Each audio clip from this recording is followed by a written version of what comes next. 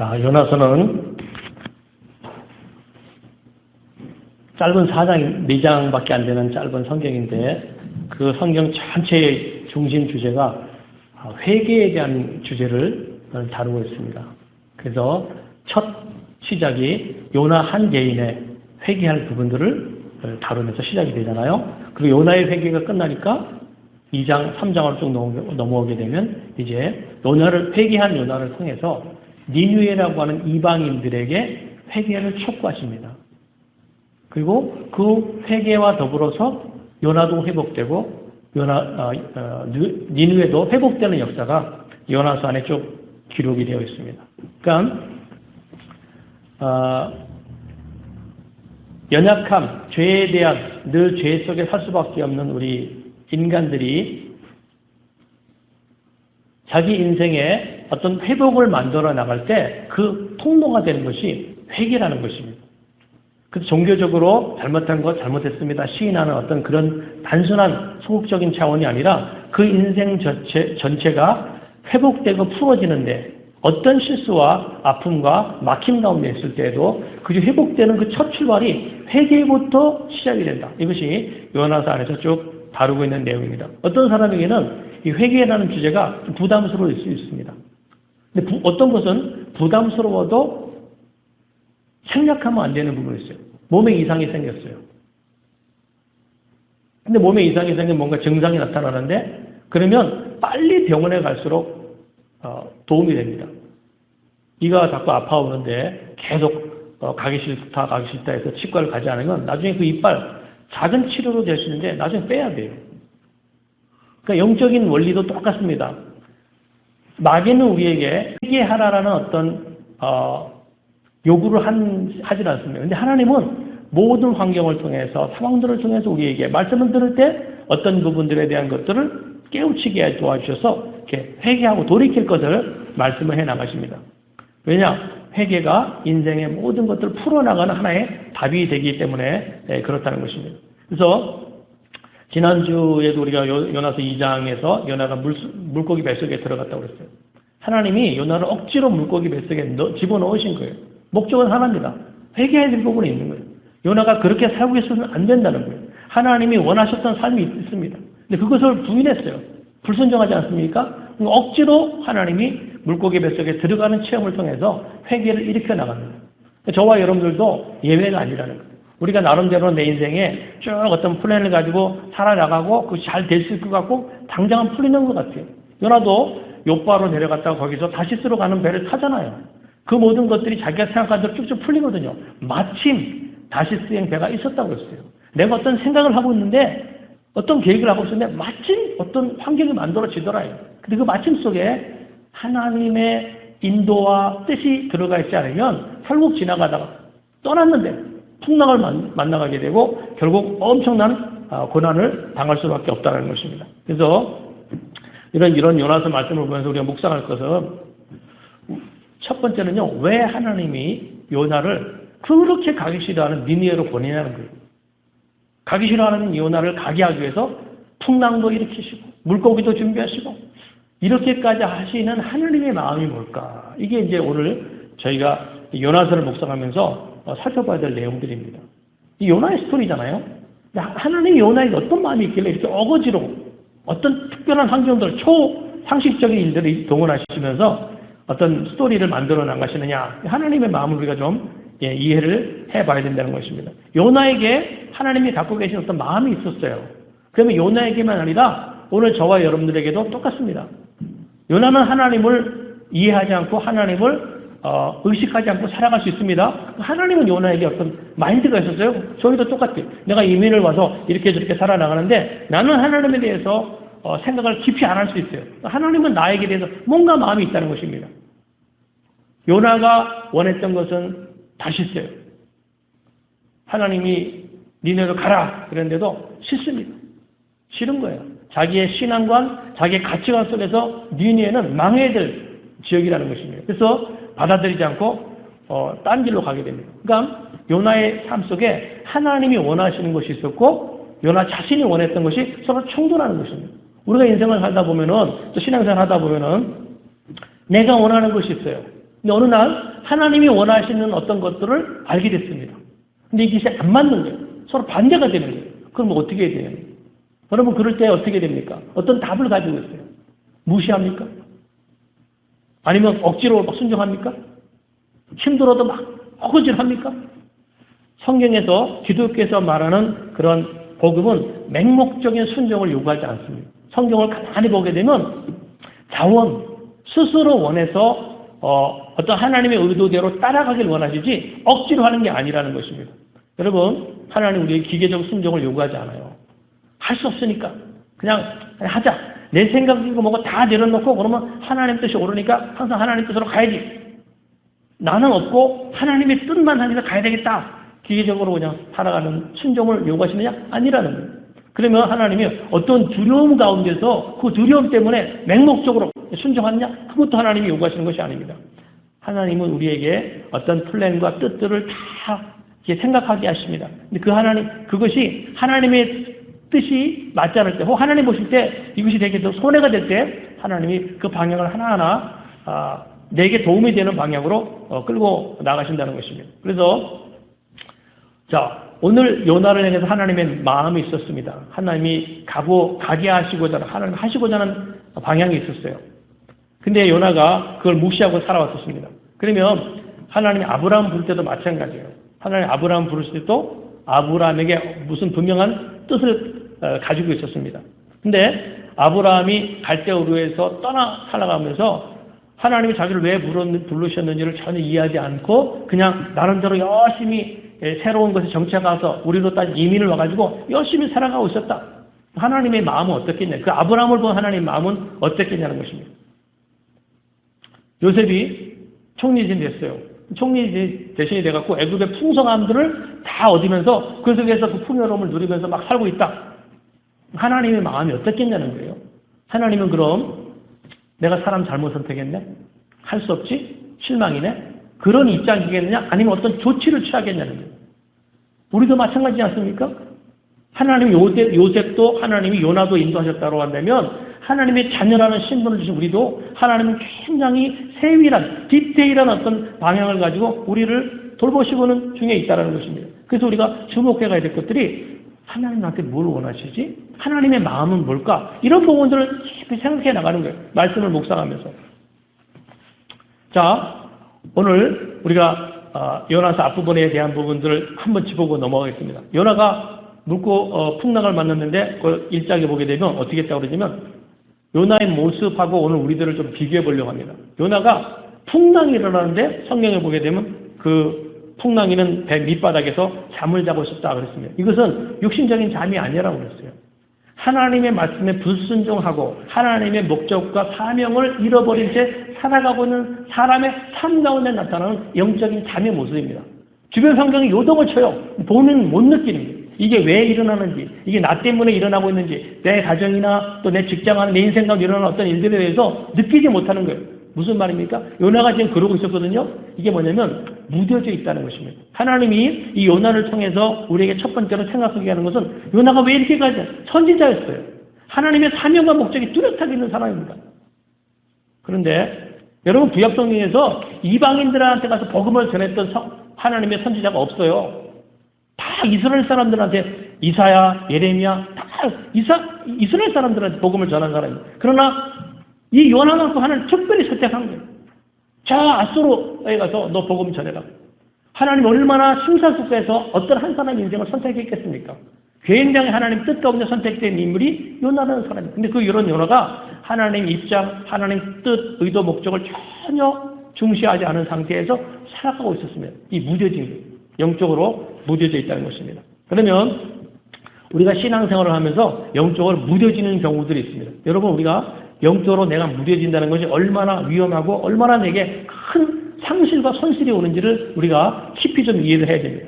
왜 요나에게 이런 영적인 무뎌짐이 왔냐면 어느 순간부터 하나님의 말씀이 들어오는 것, 선지자잖아요. 선지자는 하나님의 말씀으로 살아가는 사람입니다. 근데 하나님의 말씀이 들어오는 것들이 잘 하나님의 음성으로 들려지지 않는 것입니다. 무슨 말이냐면 하나님이 말씀하시는 어떤 내용들이 교리 수준으로 이렇게 들어오는 거예요. 교리 수준으로. 오늘날 우리로 따지면 설교를 듣는데 감성적인 터치는 일어나요. 마음 안에서. 이게 하나님의 말씀이지 하나님은 사랑의 하나님이네. 감성적 터치를 일어나는데 영적인 터치 현상이 일어나지 않는 것입니다. 영적인 터치가 일어난다는 뭐냐면 그 말씀을 듣고 두려움과 떨림이 생겨서 행동과 반응이 시작되는 것입니다. 이게 영적인 터치예요. 감성적 터치로는요. 참 좋은 말씀이네. 하나님 말씀을 설교 시간에 듣다가 혹은 책을 보다가 야 성경 이 구절을 이렇게까지 해석할 수 있네? 참 신선하네? 이게 감성적 터치입니다. 근데 신앙은 감성적 터치에서 더 나가야 돼요. 행동할 것으로 나가는 것. 하나님의 살아계신 말씀을 우리에게 임하는 것은 움직이는 것을 요구하는 것입니다. 하나님이 천지 만물의 아름다움을 우리에게 보여주시는 것이 목적이 아니잖아요. 하나님 말씀으로 세상을 주시고 하나님이 어떤 사람에게 어떤 역사를 이루신다 했을 때는 그 모습을 보라는 게 아니에요. 그걸 보고 네가 행동할 것이 있다는 것입니다. 근데 요나의 삶 가운데 왜 이렇게 무뎌짐이 나왔느냐? 말씀이 임할 때 그 말씀을 감성적 터치 수준에서 그냥 지나가 버린 것입니다. 여러분 가끔 우리 한국에서 혹은 K-팝 가수 같은 사람들이 막 뉴스사이트 공연을 큰 운동장에서 하게 되면요, 그 옆에는요 앰뷸런스들이 와 있습니다. 몇 대가 와 있어요. 그럼 막 노래를 부르다 보면 이렇게 막 젊은 청소년들 여자 사람들이 막 감성적으로 막 엄청난 어떤 터치가 일어나니까 기절을 하고 난리가 나잖아요. 항상 앰뷸런스들이 같이 와 대기합니다. 근데 가만히 보게 되면 엄청나게 요란하게 소리를 지르고 감성적으로 막 울고 막 하지만 끝나면 끝입니다. 아무 행동들이 나오지 않아요. 감성적 터치는 어떤 역사를 그 사람에게 일어나지 못합니다. 신앙 똑같아. 우리가 예배드리고 말씀 묵상하고 설교를 듣고 막 하다가 감성 터치가 내 안에 일어났어요. 하나님이 저렇게 하셨구나. 근데 거기서 끝나는 것은 하나님의 어떤 역사로 나아가는 이 부분이 막혀져요. 그 다음을 넘어서야 돼요. 그래서 내가 어떻게 해야 되겠다는 하나님의 성령이 나를 깨우치시는 이 터치가 일어나 그때 그 사람의 삶 가운데 변화가 만들어지기 시작하고 그 사람이 하나하나 변화될 때 하나님의 새로운 그 사람의 인생의 미래를 만들어 나가는 것입니다. 아무 변화가 없어요. 마음 안에. 근데 하나님께서 그 사람 인생 가운데 새로운 역사가 시작되겠는가? 아닙니다. 그래서 하나님 광야를 통해서 10년 안에 계속 역사가 일어날 수 있도록 하나님이 끌고 나가신다는 것입니다. 그래서 성경에 보게 되면 구약성경 쭉 보게 되면 하나님의 말씀이 임할 때 특징이 뭐냐? 회개, 통곡, 눈물. 이게 다예요. 이사야가 예배드리다가 하나님의 말씀이 이사야에 임합니다. 이사야가 하나님의 말씀이 임하는 그 순간에 느낌을 이사야 6장에 써놨는데 하루 다 나여 망하게 됐다고 그랬어요. 죄인인 내가, 부정한 내가 하나님의 영광을 봤다는 거예요. 그래서 두려움과 통곡들과 회개가 일어납니다. 신약성경에 사도 베드로가 성령 충만하잖아요. 사도 베드로 막 설교합니다. 그 설교를 들었던 하나님 말씀으로 들었던 그 초대교회 성도들의 삶 가운데 베드로 형한테 그러잖아요. 형제야 내가 어떻게 할까? 내가 어떻게 하면 되겠느냐? 회개하고 말씀으로 돌아갈 것을 베드로가 얘기해 주면서 돌이키는 삶이 만들어지게 됩니다. 그러니까 하나님의 진짜 은혜는 뭐냐? 회개가 동반된 행동이 나오는 거예요. 우리가 어떤 하나님의 은혜를 받았다. 부흥회를 통해서든지 어떤 계기에 어떤 장소에 가서 하나님의 은혜를 받았다 했을 때 그게 진짜 은혜인가 아니면 가짜 은혜인가 뭘로 구분되냐면 감성적 터치만으로 난 것은 진짜가 아니에요. 그거는 세상에 있는 쇼라든지 세미나를 통해서 얼마든지 일어날 수 있습니다. 근데 하나님의 영이 역사에서 말씀이 임한 것은요 행동이 많아요. 이렇게 해야 되겠구나. 반응이 나오는 것입니다. 그리고 하나님의 진짜 성령을 통해서 내게 진짜 은혜가 오게 되면 반드시 특징 중 하나가 기도하고 싶은 마음이 일어나게 됩니다. 내가 기도해야 되겠구나.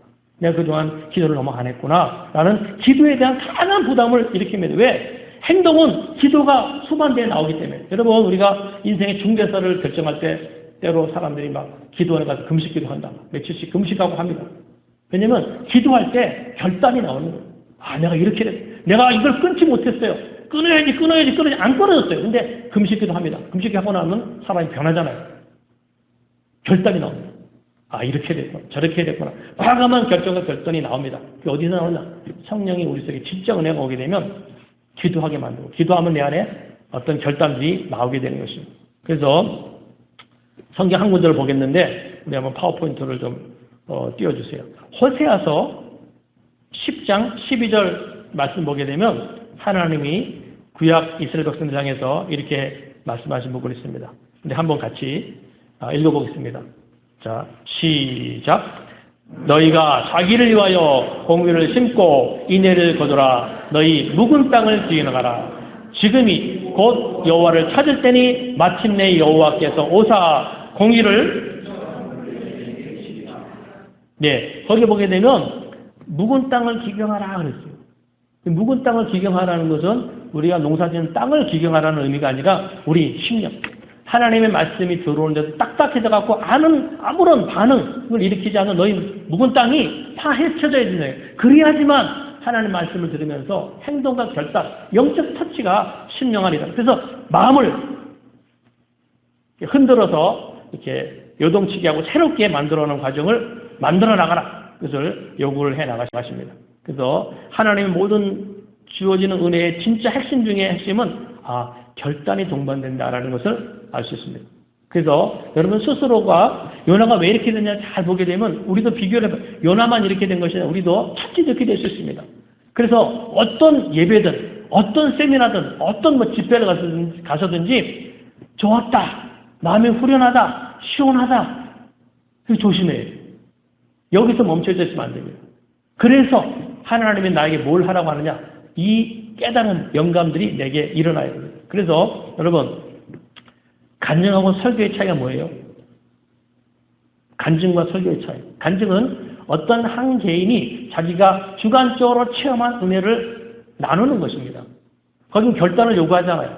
그 간증을 듣고의 반응은 각자의 몫입니다. 그러나 설교는 뭐냐? 하나님이 이렇게 말씀하셨습니다. 그러니 당신이 이렇게 해야 합니다라고 결단을 촉구하는 데까지 나가는 게 설교예요. 그래서 하나님의 말씀이 진짜 임한 그 예배 시간을 통해서는 반드시 그 말씀대로 우리가 따라가겠습니다는 결단을 같이 수반되어야 되는 거예요. 우리가 우리 교회에서 예배를 드리고 나면 항상 설교 마치는 시간이 통성기도를 하게 됩니다. 왜 하는 거예요? 통성기도 왜 해요? 결단하기 위해서요. 하나님 말씀이 들어졌어요. 그러면 그대로 움직이겠다는 내 나름대로 적용거리를 만들어갖고 내 나름대로 결단을 해야 돼요. 하나님, 내가 이렇게 살고 싶습니다. 힘이 없는 거예요. 내가 늘 말씀 묵상하며 기도하며 살고 싶다라고 말씀을 통해서 감동이 왔어요. 근데 난 알아요. 교회 문을 떠나서 이제 월요일부터 세상에 살아나가다 보면은 내가 지난주도 그렇고 한 달 전에도 그렇고 여전히 말씀을 보지 않고 기도하지 않고 살아갔다는 거 압니다. 힘이 없는 거예요. 그래서 하나님께 부르시는 하나님, 내게 이 힘을 주십시오. 내가 오늘 하나님 말씀을 들으면서 하나님 내게 말씀하신 이것대로 움직일 수 있는 힘을 주세요. 무슨 기도 하는 거예요. 오늘 말씀의 3장 부분도 보게 되면 이제 두 번째로 요나에게 하나님 말씀이 합니다. 자, 1절 말씀, 2절 말씀 같이 읽겠습니다. 성경책을 딱 펴주시고 같이 읽겠습니다. 시작.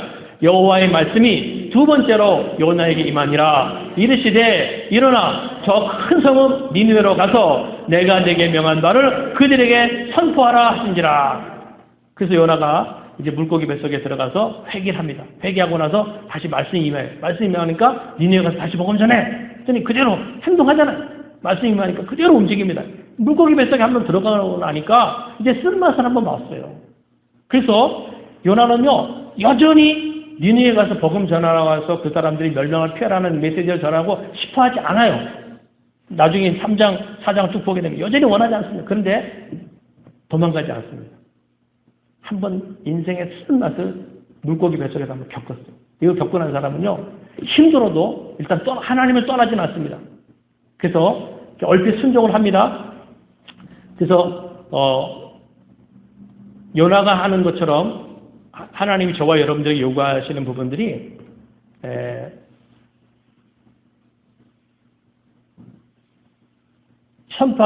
그 요나를 통해 니느웨 백성을 선포할 때 핵심적인 내용이 결국 뭐냐? 회개잖아요. 회개. 돌이켜라. 회개. 왜 하나님이 이렇게 회개를 강조하시냐? 왜 성경을 보게 되면 구구절절 회개를 강조하시냐? 여러분, 우리가 그 근본적인 이유를 알아야 됩니다. 하나님이 천지 만물을 창조하시면서 사람을 지실 때 첫 번째 왜 지셨냐? 목적이 하나님과 교제하기 위함입니다. 교류하기 위함. 근데 인간이 하나님 사이에서 선악과 사고들을 말미암아 타락하고 해서 하나님의 관계가 끊어져 버렸어요. 그러니까 죄로 타락한 인간이 하나님과 교제할 수 있는 통로가 막혀버렸습니다. 이것을 풀 수 있는 방법이 뭐냐? 회개밖에 없다는. 그래서 이스라엘 백성들을 출애굽시킨 다음에 광야에서 제일 먼저 만들라고 한 것이 그래서 성막이에요. 성막을 지으라.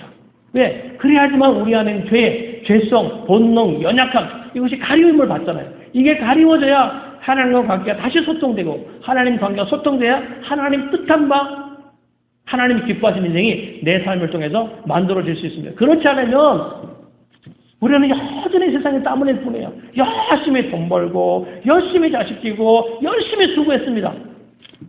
제대로 된 결실이 나오지 않는 거예요. 열심과 수고가 풍성한 인생의 수확을 약속한다고 한다면 세상, 특별히 대한민국 사람들은요. 지금 다 행복해야 돼요. 대한민국 사람처럼 워커홀릭이 어디 있습니까? 얼마나 열심히 특심이에요.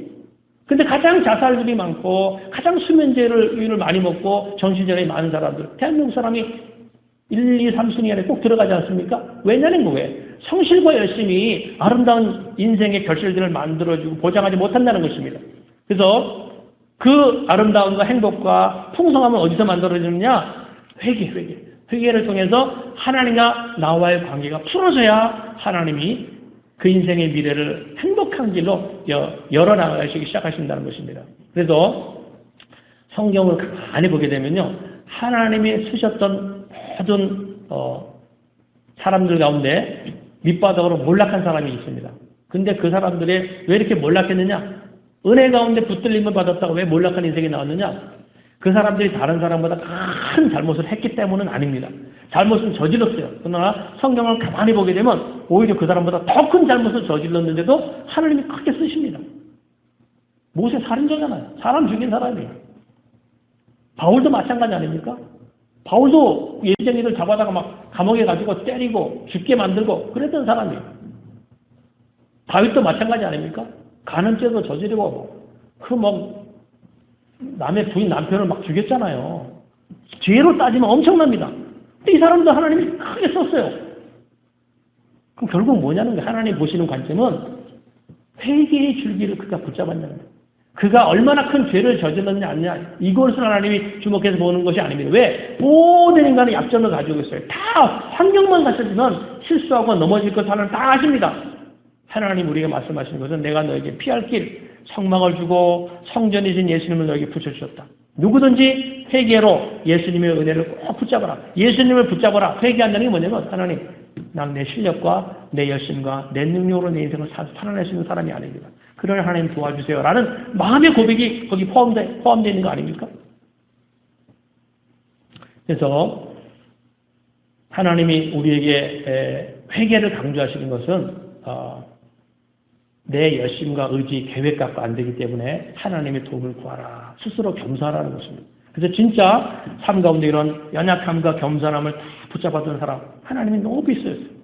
이것을 항상 갖고 있는 것입니다. 여러분, 하나님이 왜 다윗을 위대한 교회 개척자로 사용하셨습니까? 다윗의 마인드 안에 항상 가치관처럼 새겨진 정신 하나가 있었어요. 우리가 다윗을 볼 때는요, 객관적으로 볼 때 다윗은 굉장한 거룩한 신앙인입니다. 따라갈 수 없는 영성을 가진 사람입니다. 근데 그의 마인드 안에 항상 가지고 있었던 관점 하나는 하나님, 나는 죄인 중에 있겠습니다. 항상 있었어요. 어떤 사람 앞에서 나는 저 사람보다 더 못하다. 정말 연약하다. 이게 한 번도 흔들린 적이 없습니다. 하나님 그걸 쓰시는 거예요. 목적대로. 오늘 이 예배를 드리시면서 나의 인생도 한번 하나님께 쓰임받기 원한다라는 의식을 갖고 있는 사람. 나도 정말 하나님 앞에 정말 이런 하나님의 은혜와 복이 있구나라는 것을 내 삶으로 좀 경험하기 원하는 사람은요. 스스로 내가 늘 하나님 앞에 이런 연약한 자야. 하나님 은혜 없이는 내가 아무것도 할 수 없다면 이 마인드를 내가 꼭 붙잡아야지. 그래서 스스로 한번 결단을 해보시기 바랍니다. 그래서 여기 영적으로 잠든 요나에게 하나님 찾아오셔서 풍랑을 통해서 요나에게 일깨워진 게 뭐냐면 회개를 했다. 회개하게 했다. 근데 그 구체적으로 깨우치는 부분이 있습니다. 오늘 거기 본문에 3절 한번 보세요. 3절도 같이 읽겠습니다. 시작. 요나가 여호와의 말씀대로 일어나서 니느웨로 가니라. 니느웨는 사흘 동안 걸을 만큼 하나님 앞에 큰 성읍이더라. 그렇게 기록되어 있습니다. 여러분, 니느웨라는 도시는요, 그 당시에 크기가 굉장합니다. 위니펙보다 큽니다. 규모 도시의 크기로 니느웨보다 훨씬 큽니다. 그 당시 인구만 학자들이 조사해 보게 되면 75만 정도 됩니다. 그 수천 년 전에 75만이다. 굉장한, 그 당시 아수르는요, 중동 지역의 맹주 역할을 했어요. 300년 동안 그 중동을 다스리던 제국이었습니다. 그 제국의 수도였어요, 니느웨가. 엄청나게 큰 도시였었습니다. 근데 이렇게 엄청나게 큰 도시에 대해서 그냥 니느웨는 사흘길을 걸을 만큼 큰 성읍이더라 이렇게 해도 돼요. 성경은 의미 없게 쓰이는 부분이 없습니다. 근데 여기 성경에 뭐라고 써놨습니까? 니느웨는 사흘 걸을 만큼 하나님 앞에 큰 성읍이더라. 하나님 앞에. 이게 그냥 이 니느웨가 큰 성읍이다라는 것을 말하는 것이 아니라 하나님이 영혼 하나하나를 구원하는 그 구속사의 관점에서 니느웨는 엄청 중요한 곳이었다는 것입니다. 그 뒤로 하나님 무슨 역사를 이 아수르를 통해 일어나갔지만 지금 당장은 패역한 중에 있지만 하나님이 이들을 회복시키셔서 뭔가 이방 민족들 가운데 어떤 영적 기초가 만들어지게 할지 모르는 거예요. 하나님이 보실 때 이 니느웨라는 곳이 인간적으로 볼 때는요 원수 나라예요. 빨리 망해야 될 같은 그런 마을이었습니다. 네, 하나님 앞에 큰 성읍이다. 하나님 앞에 이런 관점을 통해서 저나 여러분들에게 하나님이 가르쳐 주려고 하는 것이 뭐냐면 우리가 요나가 왜 니느웨를 미워했고 니느웨 때문에 실족당하고 무너집니까? 하나님 관점을 놓치는 거예요. 요나가 이해하고 있는 하나님은 선민 이스라엘들만 사랑한다라는 그 관점을 철학처럼 가지고 있습니다.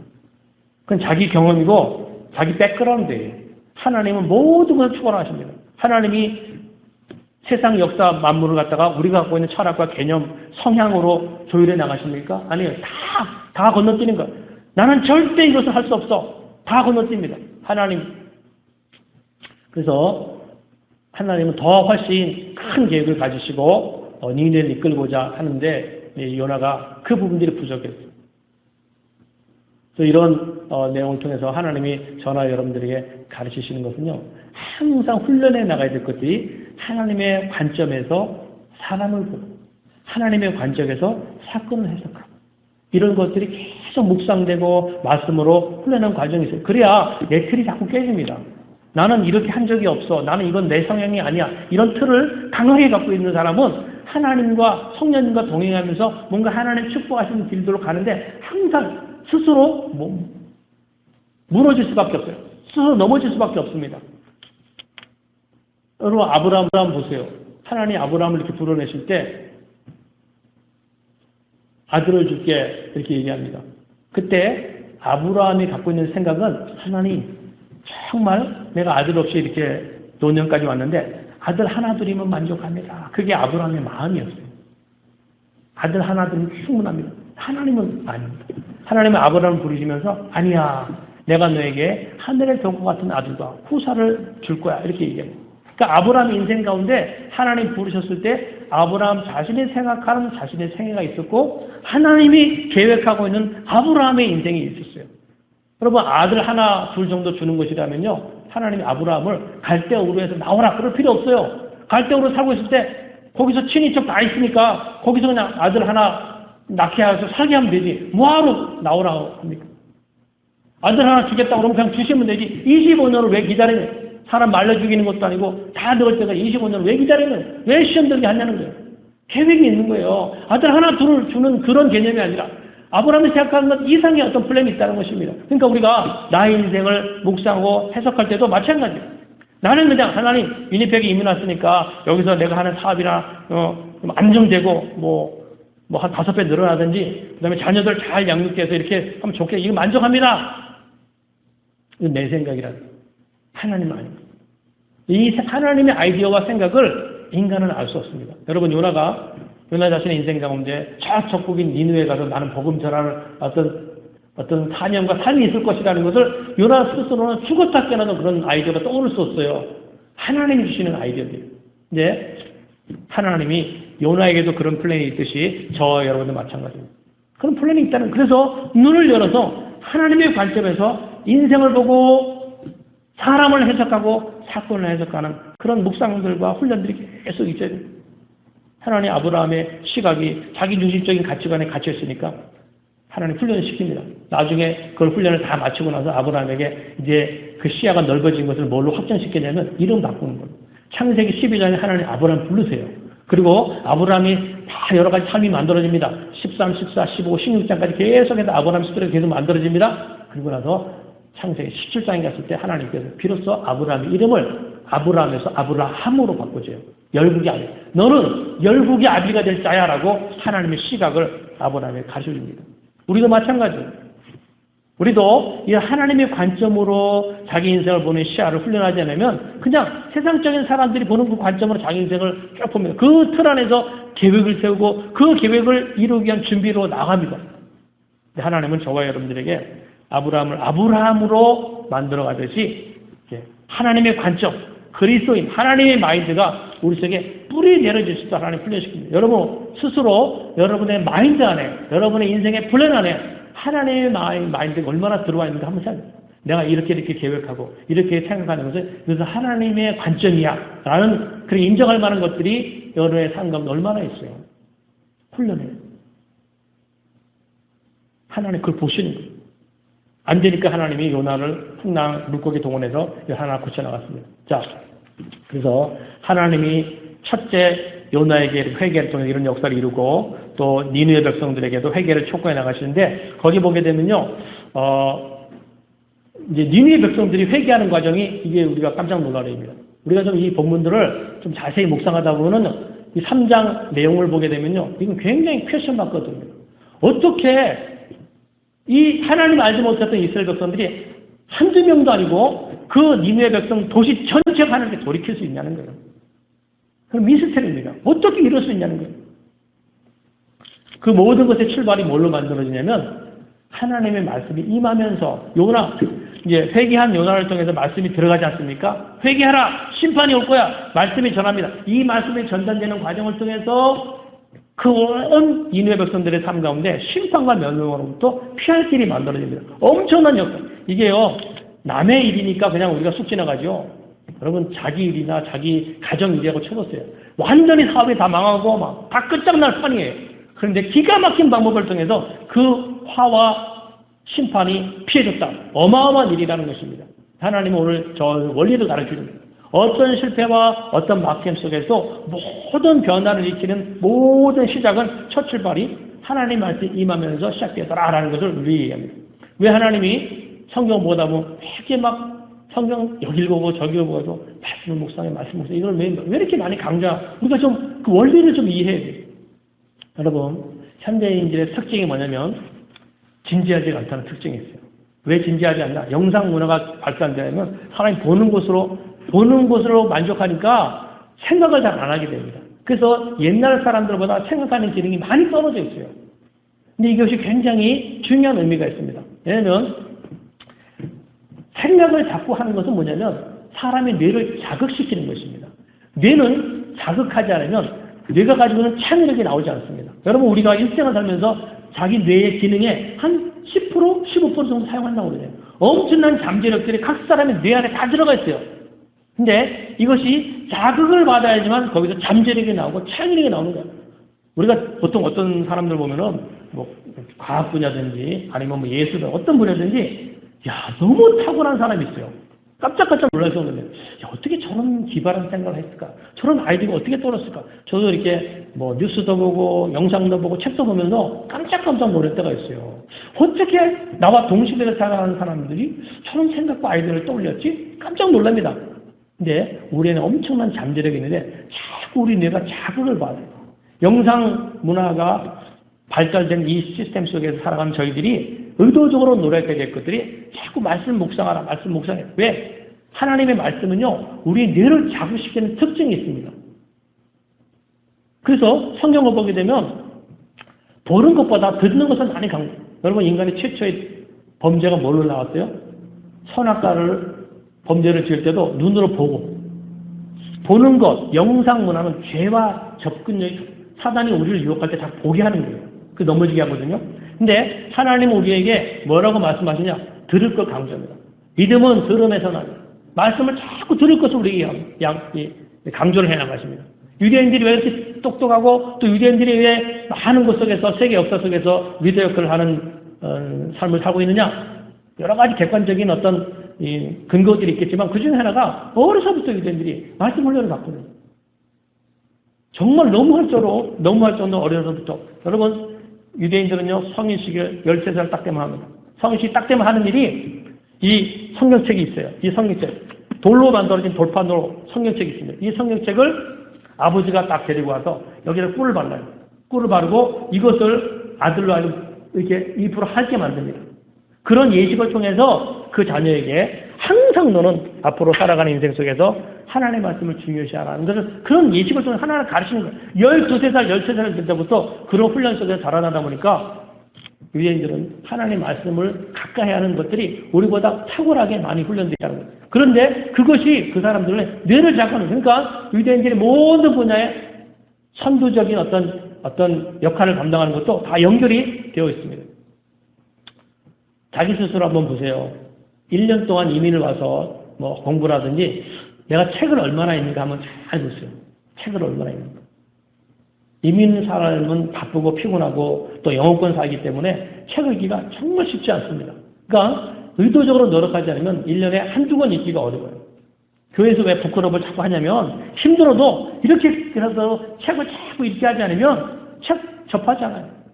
그럼 생각을 해보는 책을 읽는다는 것은 뇌를 자극시키는 거예요. 근데 뇌를 자극받지 않는 사람은요 창의력이 나올 수 없습니다. 하던 일을 그냥 반복할 뿐이에요. 하나님이 그거를 원하시겠냐? 그래가지고 하나님의 어떤 역사가 만들어지겠냐? 아니라는 거예요. 그래서 하나님이 여러 경로를 통해서 이런 생각하게 만들어가기 위해서 중요로 성경을 읽으라. 지금은 그게 무슨 뜻인지 몰라요. 근데 어느 순간 그 읽었던 말씀이 내 안에 엄청난 영감과 아이디어가 떠오르게 만들어 가신다는 것입니다. 사람들이 여행을 좋아하는 사람 많이 있어요. 왜 세상 사람들도 여행을 좋아하냐? 다른 게 아니에요. 새로운 내가 하던 일을 다 중단하고 새로운 영역에 딱 가게 되면 그런 새로운 모습을 보면서 전에 생각하지 않았던 내 생각과 뇌에 자극이 막 오는 거예요. 야 저런 삶이 있었네? 야 저렇게 가게를 운영하네? 야 저런 스타일이 있었네? 전혀 정반대의 생각과 삶의 스타일을 가지고 살아가는 사람들을 보면서 뇌가 자극받는 거예요. 창의력이 다시 나오는 것입니다. 그래서 이런 어떤 경우도 있고 성경도 마찬가지입니다. 성경에 전도서 7장 2절에 보니까 하나님 이런 말씀을 기록해놨어요. 초상집에 가는 것이 잔치집에 가는 것보다 나으니 모든 사람의 끝이 이와 같음이 됨이라. 산자는 이것을 그의 마음에 둘지어다 그랬어요. 무슨 말이냐? 잔치집 가는 거예요. 겉으로는 잔치집 가는 게 좋죠. 먹고 마시고 흥겨우니까. 근데 하나님은 성경에다 초상집을 더 가라 그랬어요. 왜 그렇습니까? 초상집에 딱 가면 내가 알던 사람이 죽어 있어요. 인생의 끝이 있구나. 죽음이 있구나. 나에게도 이런 사람이 오는구나. 생각합니다. 그런 환경도 죽음을 보면서 인생의 근본적 가치와 우선순위 어디에 두어야 될지를 생각하면서 뇌가 자극을 받는 것입니다. 그러면서 자기 인생에 쓸데없이 또 불필요한 것에 시달리며 살았던 모든 것들을 정리하는 거예요. 가르치게 하는 것입니다. 그래서 인생이 하나님께 나아갈 수 있는 그런 방향들이 만들어져 가기에 하나님께서 이런 역사들을, 이런 말씀들을 성경에도 기록해 놓았습니다. 그래서 여러분 하나님의 말씀을 가까이 하려고 의도적으로 노력하세요. 이제 9월까지 시작됩니다. 9월, 10월, 11월, 12월 4달 남았어요. 여러 가지 플랜을 가질 수 있습니다. 그 중에 하나 하나님의 말씀으로 내가 가까워져야 이 결단들이 있어야 돼요. 하나님의 말씀은 우리에게 두 가지 툴을 줍니다. 하나님의 말씀은 우리에게 하나는 거울 역할이에요.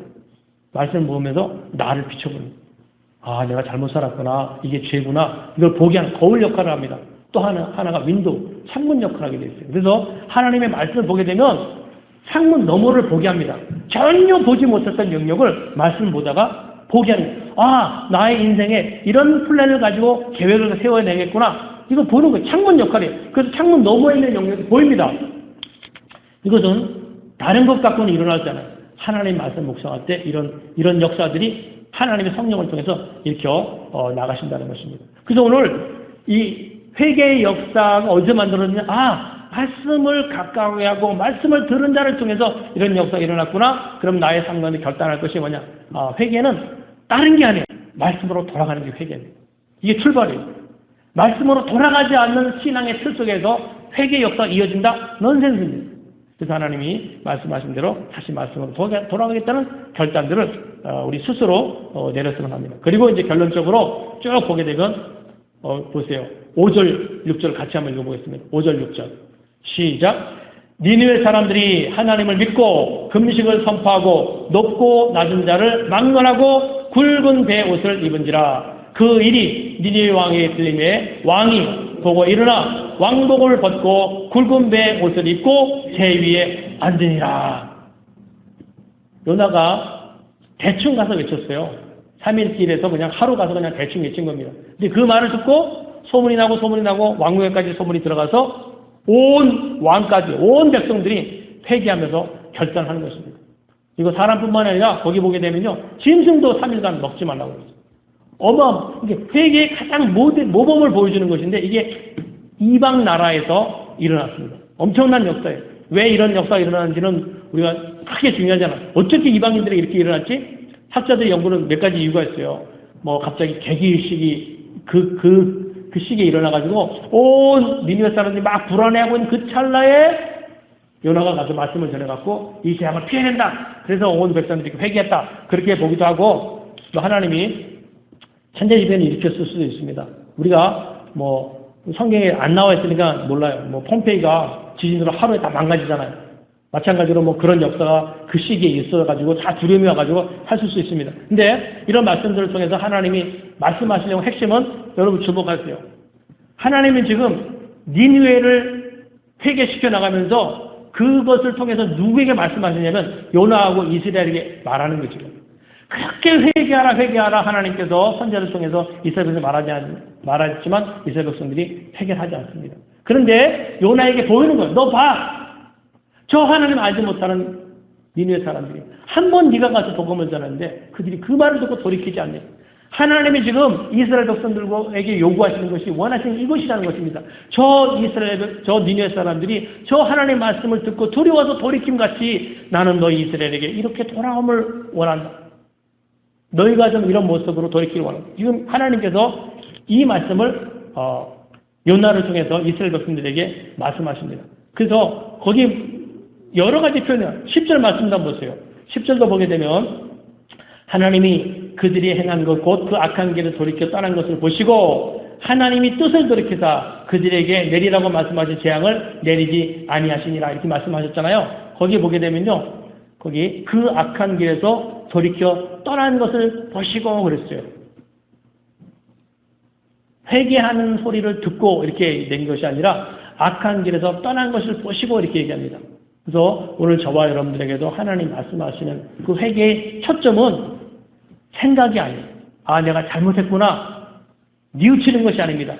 하나님이 니느웨 백성들에게 심판을 돌이켰던 결정적인 이유는 그 악한 길에서 돌이켜 떠난 것을 보시고 나서 하나님의 새로운 역사를 니느웨 백성들에게 하셨다 말씀하셨습니다.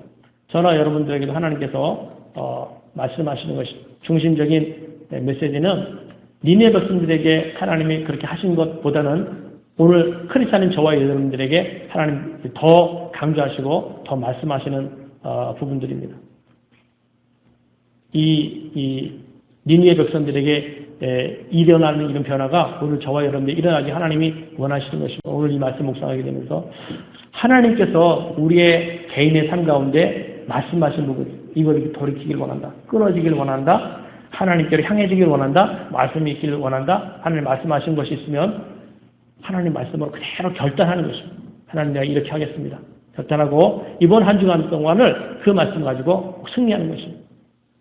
이런 결단을 가지고 이번 한 주간 꼭 기도하시기 바랍니다. 자, 우리 각자 말씀 들은 것 가지고 또 생각났던 것을 가지고 우리 하나님 앞에 한 1, 2분 동안만 통성으로 같이 기도할 것입니다. 하나님, 요나의 모습이 나의 모습 같습니다. 회개를 통해서 회복을 이루듯이 오늘도 저희의 삶 가운데 말씀을 듣고 결단을 통해서 회복으로 나아가시는 은혜가 나에게도 임할 수 있도록 도와주십시오. 이 부분을 가지고 한 1, 2분 동안 통성으로 같이 기도하겠습니다.